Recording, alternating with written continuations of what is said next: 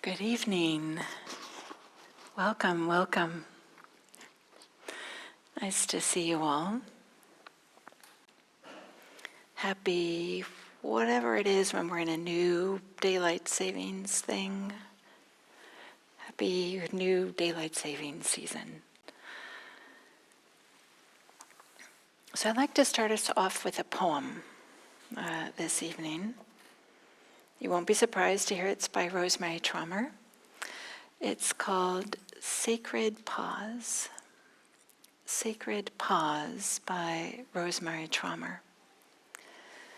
And it goes like this. Only when I stop hiking do I finally see the flowers of the wild blueberries. First one, then 5, then they are everywhere. How did I miss all those tiny pink bells that will soon become dark, sweet fruit? How often in my haste do I miss what is right here, the thing I most long to see? Once I start seeing the blueberry flowers, I can't stop seeing them. Sometimes it's like this with kindness, with peace, with beauty, with love. I like this idea that only when I stop hiking do I finally see the flowers of the wild blueberries. There's this way that with mindfulness practice it's kind of similar too. We might have these ideas like when we're hiking, like, okay, I gotta get my exercise in, or I gotta be in nature or something. I gotta get to the top of this hill, I gotta get to the next junction or something. And there's this way we're just hiking. And then when we're doing that, we're kind of like missing some of what's on the side. Of course, we're noticing things. We're not falling off the trail or tripping on roots or something like this. But there's this way when we put down this idea that, okay, I'm hiking, that then something else becomes available. We start to see more. And what Rosemerry Trommer is pointing to here, she's pointing to flowers that will turn into fruit. So maybe there's a way that even seeing, we could say, some things that are subtle and maybe not so obvious, and things that can really grow and have an impact on us or on others. So in this way, seeing more doesn't require more effort. Instead, we would say it's the opposite. It's stopping that allows the seeing more. It's no longer the sense of like, okay, I'm doing this hiking thing and I gotta get somewhere. Maybe it's not stopping literally, maybe there's still hiking that happening, but it's noticing how we feel like sometimes we're on a mission, like we have to, get things done, and we're not really noticing our experience. There's this way in which maybe being oriented towards getting somewhere or having some particular experience prevents us from actually seeing what's here.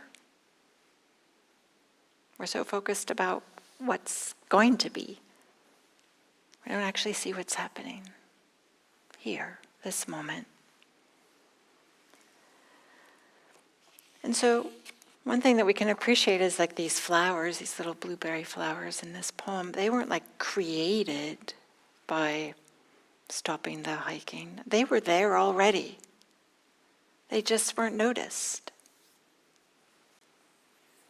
So in some ways, I'd like to suggest what we could say is a completely artificial distinction. That mindfulness, sometimes, not always, sometimes we can be practicing mindfulness in such a way, it's like, okay, well, I gotta be mindful. And we're like jumping onto the object or to our experience or what's we think is happening. And we don't bring some curiosity. Or curiosity is more this openness about, what's here? Whereas mindfulness might be like, okay, I gotta note this and note this and note that. And curiosity is like, I wonder what's here. So in this way, sometimes people, when I have practice discussions with them, like in a retreat setting, for example, they will say something like, I had so many bad meditations. They'll say something like this, some version of this. And then I can't help myself. I always ask them, what made it bad? Like, well, why are you assigning this label bad to these meditations? And they'll say, I had too many thoughts, or too much restlessness, or there's so many things they could say. Not enough calm, the body was uncomfortable. And to be sure, these are all uncomfortable experiences, right? I'm not saying that this is like an ideal experience, but it's not bad. It's just what happened. And there's this way in which the mind can get into this, okay, I got to be mindful of what's happening. And then it's also falls into this maybe evaluative, we have to judge it and assign a meaning to it, or make it be good or bad. This isn't going well. This isn't like the last meditation I had. These kind of like thoughts come in when we notice the discomfort or the distraction or the restlessness. So in this way, the mind moves from noticing experiences so quickly to evaluating them. And then once we make this evaluation, then it kind of turns into another experience, because there isn't so much curiosity anymore. Oh, this is a bad meditation. And then there's this way in which there isn't so much curiosity, because curiosity would be asking, what's happening here? What's really happening? What's going on? Without so much the slapping the label on it or this evaluation, because as soon as we assign a meaning or a value to it, then we start to have a relationship with that meaning or value. We're not so much experiencing as much as like, here's bad meditation, and then here's data to collect our judgment that we had, this judgment that it should be different. So curiosity is asking, what's actually happening here? It's not asking, is this a good one or a bad one, but just what's happening. So maybe without curiosity, mindfulness or mindfulness practice can feel a little bit like surveillance. Like we're just kind of like watching what we're doing and maybe categorizing it or something like this. And again, like maybe I'm making this artificial distinction, but I really want to highlight this notion of, can we bring some openness to our experience so that we can see what's there? Not just like in the poem, like what's the next step on the trail? Because this type of surveillance, surveillance mindfulness, maybe we could call it, is something of way of, it becomes like narrow and just really evaluative. It can bring some tightness and a lot of effort that's getting applied. And this is part of the art of practice, is to know how much effort to apply, and when is it helpful to notice, like, there is a lot of restlessness here, and maybe we can take longer exhales to help bring some ease to the body, which might bring some ease to the mind, for example. Maybe there might be something that we could do help to support the practice, as opposed to just kind of like evaluating. So curiosity, the way that I'm talking about it tonight, we could say it has a little bit different stance than this mindfulness surveillance or surveillance mindfulness. So curiosity is interested, but it doesn't have this like pushy feeling to it. It doesn't have this like things should be a certain way, let me see if they are that way attitude. Instead, it's like it's intentional, so curiosity is being present there, but it's not heavy. It's not like landing on it, on our experience and smothering it in some kind of way. We could say that curiosity is aware and awake, but it's not forceful. It's more gentle. And when I think of curiosity, often I'm thinking of children. You know, when people are young, they're often asking, well, why? Why is the sky blue?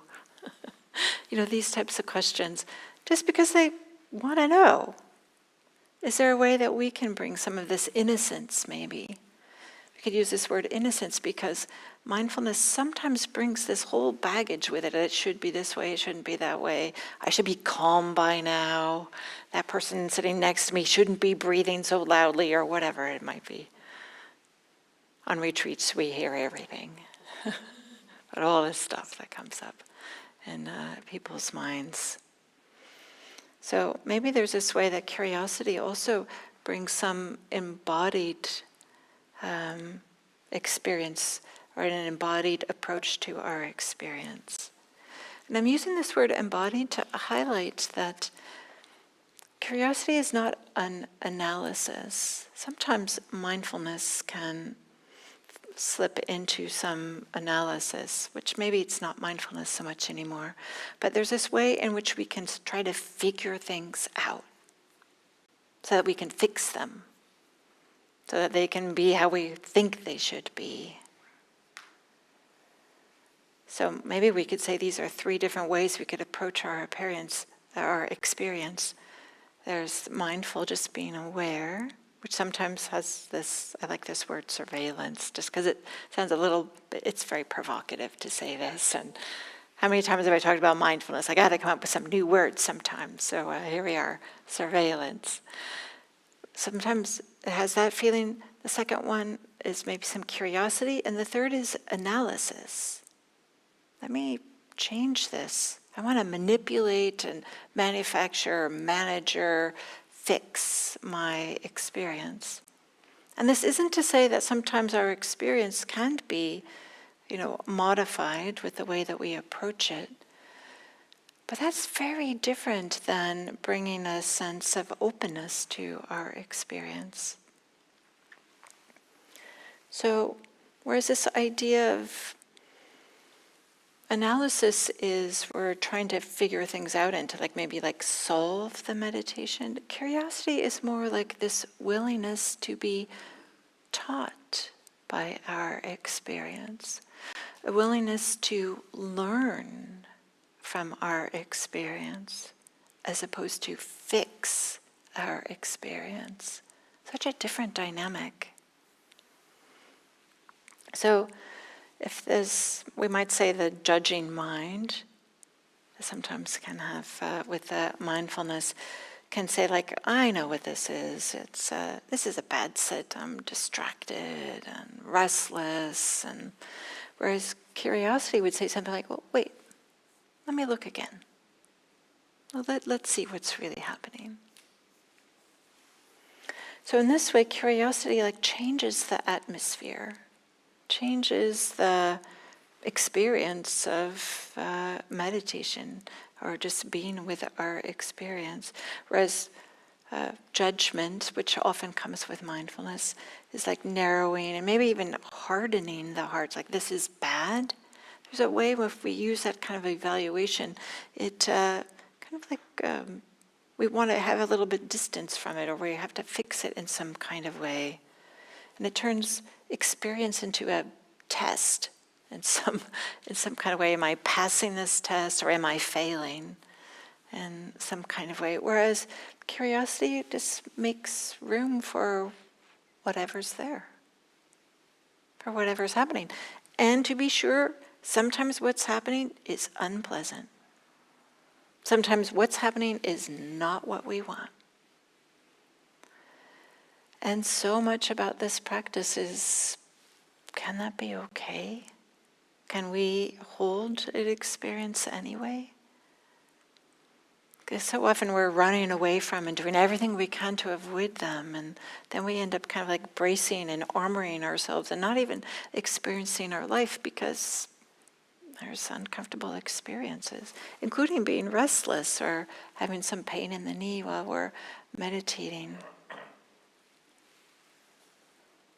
So in this way, we could say that curiosity would help us to receive experience, have this openness and receive, as opposed to go out and pounce on experience. Sometimes when we're doing mindfulness practice, and did I do a lot of this early in my practice, I had this sense that I had to like really be on the object, often it was the breath, and I just didn't notice how I was like jumping on it and grabbing on as hard as I could in some kind of way, giving myself a headache, and being tense.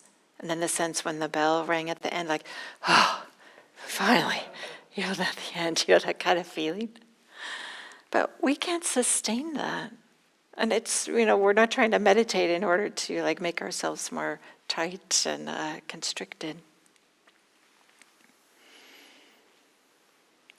So in this way, rather than feeling maybe tight or overheated, if we're bringing in some curiosity, there's more receiving, more listening to what's happening. And then what's happening, if there's this stance of receiving, there can be learning. That's difficult to do when we're just trying to like bounce onto our experience. Because what is it that we can learn? We start to learn about our relationship to our experience. That's been implicit in what I've been talking about, but so often we are just noticing that the object of experience, whether it's the breath or the pain in the knee or sounds, but we aren't noticing our relationship to them. This subtle way in which we're saying, no, I don't want this. This subtle way in which there's this aversion that's pushing against it. Or maybe there's this subtle way in like, I really want this to stay. I want this experience, this happiness, this ease that I'm experiencing. I really want it to stay. Please don't change. And when we start to see our relationship to experience, then that really starts to open the door to freedom, peace, and ease. Because we can't control our experience. I mean, life brings us what it brings us. Sounds arise when they arise. We don't get to choose all our thoughts, precisely the content and when they arise. If they could, you wouldn't need a meditation practice. You would just think happy thoughts all day long and you'd be happy. We don't control our environment. We don't control when we get sick or all these types of things, right? The only thing is our relationship to our experience. This is the only thing that can be different, not the actual experiences it arises. What's happening is happening because of all these other things are happening. There's pain in the knee because there's some physiological, anatomical thing happening, and you're sitting in a particular position. If you didn't have that particular physiology or anatomy or sit in that position, there wouldn't be pain, but there is. And there's like a lawful way why things arise. And there's even a lawful way why our relationship is to those experiences. They're uncomfortable, many of them. We want more of them. But if we can bring some curiosity to what's happening, then there can be some learning, some receiving of the experience with some openness, which allows our relationship to that experience to become better seen, known in a different way. So not only is this, what is this mood, or what is this, is the mind calm or busy, or what is that sound? This, how am I relating to this? Curiosity can be bringing this. It can be, how is the mind meeting this moment? What's the attitude towards this experience? And sometimes this can be dropped in like a little question.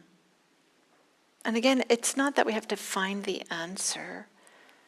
It's just to kind of like shift away from really grabbing onto the object of whatever our mindfulness is, and instead to bring some curiosity, like, oh yeah, there's the object, and then there's my relationship to it.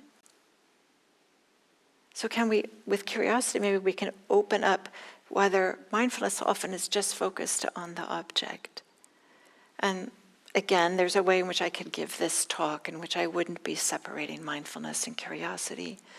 And we could say that curiosity definitely is a part of mindfulness, but I'm making these distinctions just to highlight that the manner in which we practice really can have a big impact. So we begin to notice our relationship to what's happening. Maybe we notice that there's a certain amount of bracing, a certain amount of armoring.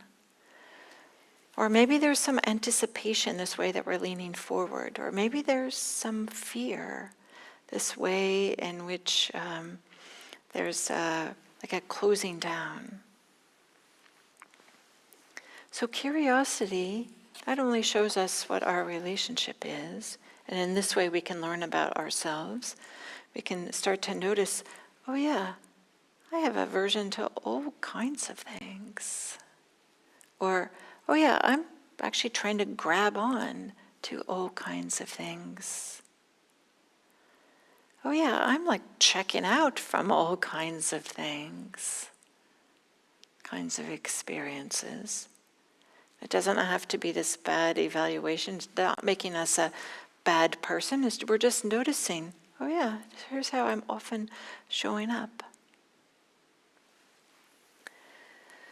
But not only that, curiosity can show that the difficulty, the pain in the knee, for example, is one thing, and the relationship is a second thing. And often these are getting conflated between the aversion and the discomfort, or the pleasant sensation and wanting more. But there's this way in which we can start to see them. We often start to see kind of like what's underneath, kind of like what's half seen. So when we start to see this, not only do we gain some better self-understanding, what are some of our patterns and some of our habits, but we also start to see some of our views and beliefs. And views and beliefs have such a big impact on our experience. Maybe some of our beliefs are about what it means to be mindfulness, or that mindfulness experience, to practice mindfulness, should be pleasant. It should be effortful, just like how if we place a lot of effort to other areas in our lives, then it'll be very beneficial. So once a belief is seen, then there can be a little more space around it. Maybe it's still, we still believe it, but maybe it's not quite as convincing. So is there this way we can notice some of our beliefs that I'm failing unless everything turns out the exact way I think it should? Or as I said earlier, like if I don't try hard, then nothing good will happen. Or things are not safe unless I completely understand everything. And I have to figure everything out and make sure that I have it labeled properly and in its right place or something like this.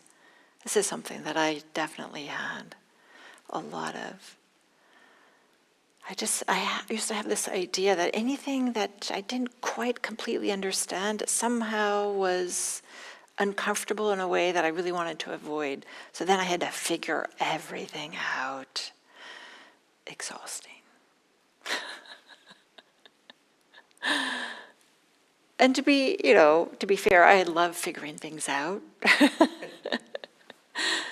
Because it's fun to oh, look, okay, now I get it. But there's also this way it can be okay when things aren't known. Can it be okay that things aren't clear? Can that be okay? So with curiosity, we can start to see some of these underlying beliefs that are fueling our experiences, whether we realize it or not. They probably have our beliefs and our views probably have such a big impact on our experience, much bigger than we realize, because they're influencing what we pay attention to and what we don't pay attention to. So in this way, we could say curiosity becomes our doorway to wisdom. It reveals that experience is not only a sensation, but it's also part of our relationship to that experience. And that beliefs that we have are fueled. We will start to see that as part of the Buddhist teachings, they fall into these three categories: greed, aversion, delusion. These are strong words, but it's these ways in which we can start to see, oh yeah, there is this there's this underneath our experiences are these greed, aversion, and delusion, wanting more, wanting less, or kind of like checking out.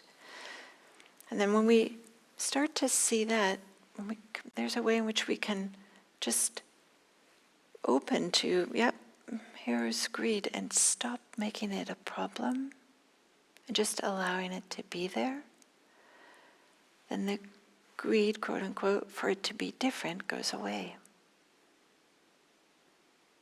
The aversion, can we just be curious, oh, aversion feels like this, and just be with it? The aversion goes away. The delusion, seeing how we're just disconnected from our experience, can we be curious and just meet it with some openness? The delusion goes away. Just meeting things with openness and just meeting whatever's there.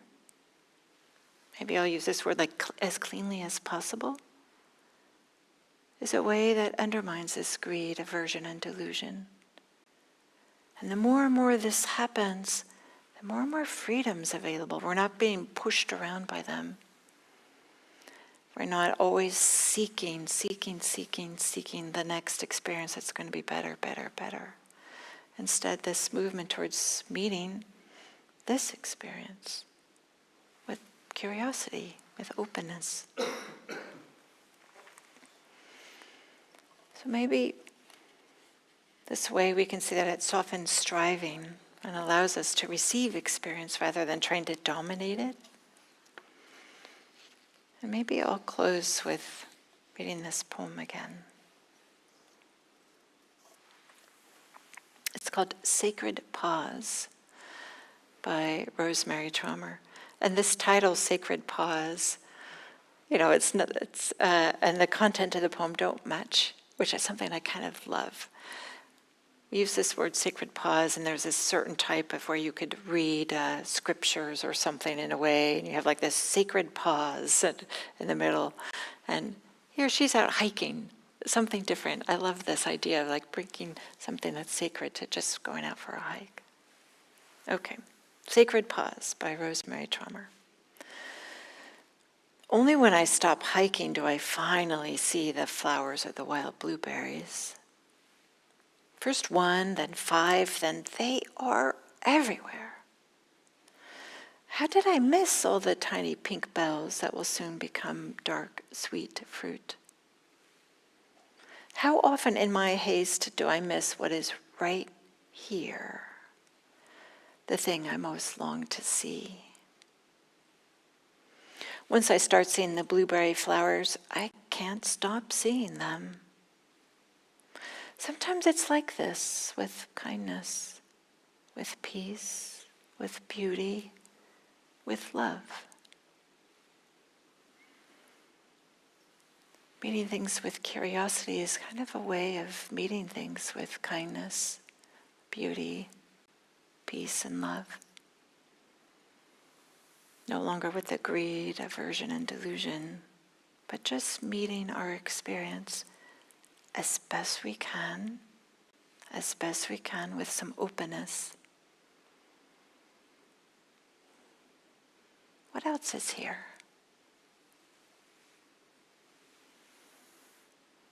So with that, I'll close and open it up for some questions or comments. Thank you.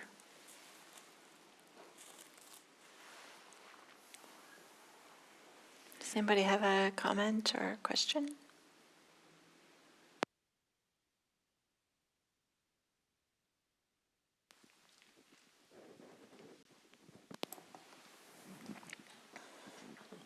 This curiosity you're talking about reminds me of the second factor of awakening. Mm-hmm. It's usually translated as investigation of Dhammas. Mm-hmm. And my problem with that is I really don't know what a Dhamma is. Mm-hmm. So please help. Dhamma-Vicaya is the Pali word for investigation. So a Dhamma, this is so great. It can mean so many things. And one way we can translate a Dhamma is thing. Investigation of things. So it can be just that. And things can be including experiences. It doesn't have to be, tangible objects. So it can't be done wrong because anything I investigate is a thing. That's right. Nice, thank you. But maybe I'll just add one little thing. There's a way in which we can investigate, and it can turn into, okay, I got to figure this out. Whereas maybe I would say curiosity is more closer to the investigation. And I have translated Dhamma-Vicaya as curiosity, because investigation can turn into an archaeological dig type of thing, right? Yeah. Thanks. Yes, over here. Thank you, Lena.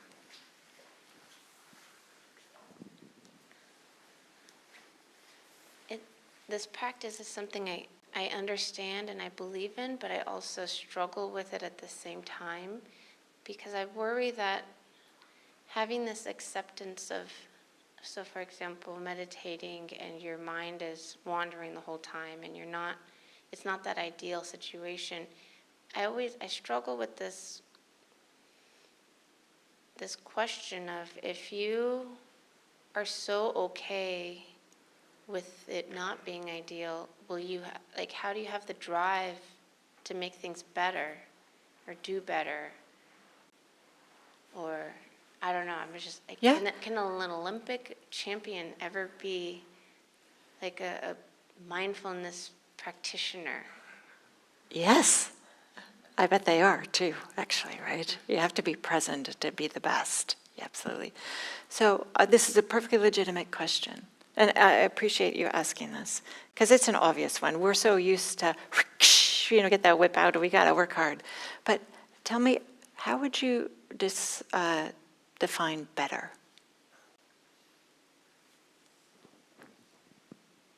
I mean, if I'm meditating, ideally I'm hitting that point of just finding that calm groove of investigating curiosity or calmness.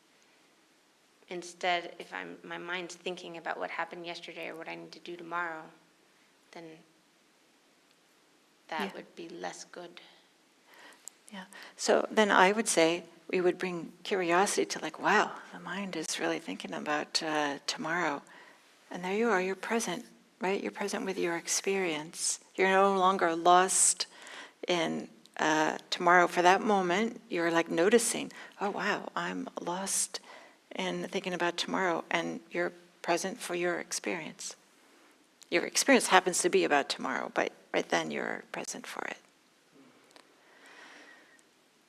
So this curiosity is more, it's about the attitude or the manner in which we are being with experience, as opposed to just being passive and not doing anything. Whereas the way that I've kind of set it up in this talk, and it doesn't, we could describe it in lots of different ways, but the way I set it up in this talk, whereas mindfulness is a little bit more of like in there and trying to hold on to it, or and then evaluate it and make it bad or good or something like this. Whereas curiosity would be like, well, what else is happening? It's just being with experience. So maybe what you're pointing to is this not evaluating as good or bad, with that I was talking about. So bringing some curiosity to that experience is more like a neutral, just being with it. And then it doesn't really matter that a moment before something was what we might label bad. Because at that moment, we're just meeting experience in a kind of like a neutral way. So it's moment to moment to moment. Does this make sense? You're not quite sure. A little personal take on this. I was a university professor, and I was in As the was tenure I. track. Yeah. Okay, and I was finding that I couldn't get the stuff done. I had to work harder. I had to focus more. I had to turn off my curiosity. It was that perception that, that's not what I want to be. I want to be a curious person who's open to these other things. I turned off my curiosity enough to get my tenure, and then I quit. Curiosity to me is critical to a good life. It surprises you with what you learn. Yeah. But you had to turn your curiosity off in order to be professionally successful? Yes.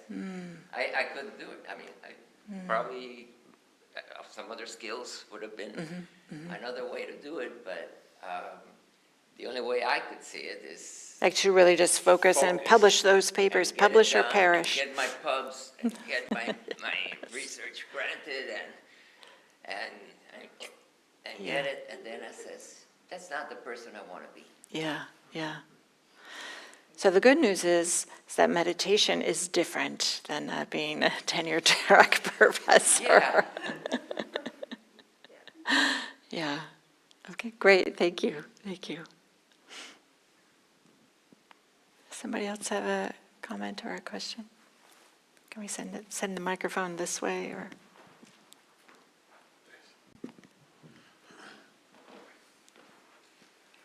What role does beginner's mind have with curiosity, being able to say, I don't know? Beautiful. I would say it's the same. Yeah. Beginner's mind is the opposite of saying that I'm an expert. I already know this. I don't really need to pay attention. Curiosity, I would say, is beginner's mind. Many of you might know that expression, right? From Zen mind, beginner's mind, right? Kind of that. Yeah. That's what I'm pointing to here.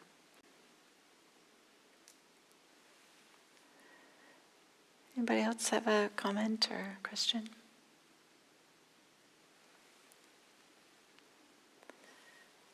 Okay, so I wanted to say I'm curious if you'll have a good rest of the evening. I hope you do. I hope you have a wonderful rest of the evening and safe travels home. Thank you.